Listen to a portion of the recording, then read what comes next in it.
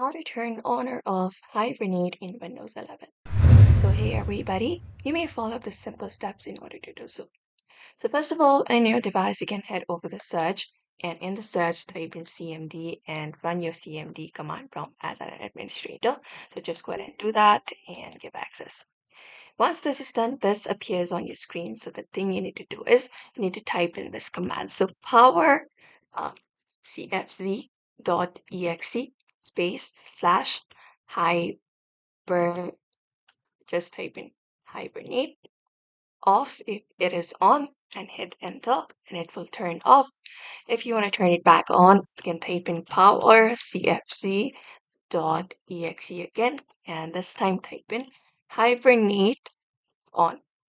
After that, hit enter and it will basically turn on your Hibernate again. And that's it. That's it. You may follow the same process. You need to have this command prompt as an administrator for that, and it should do it.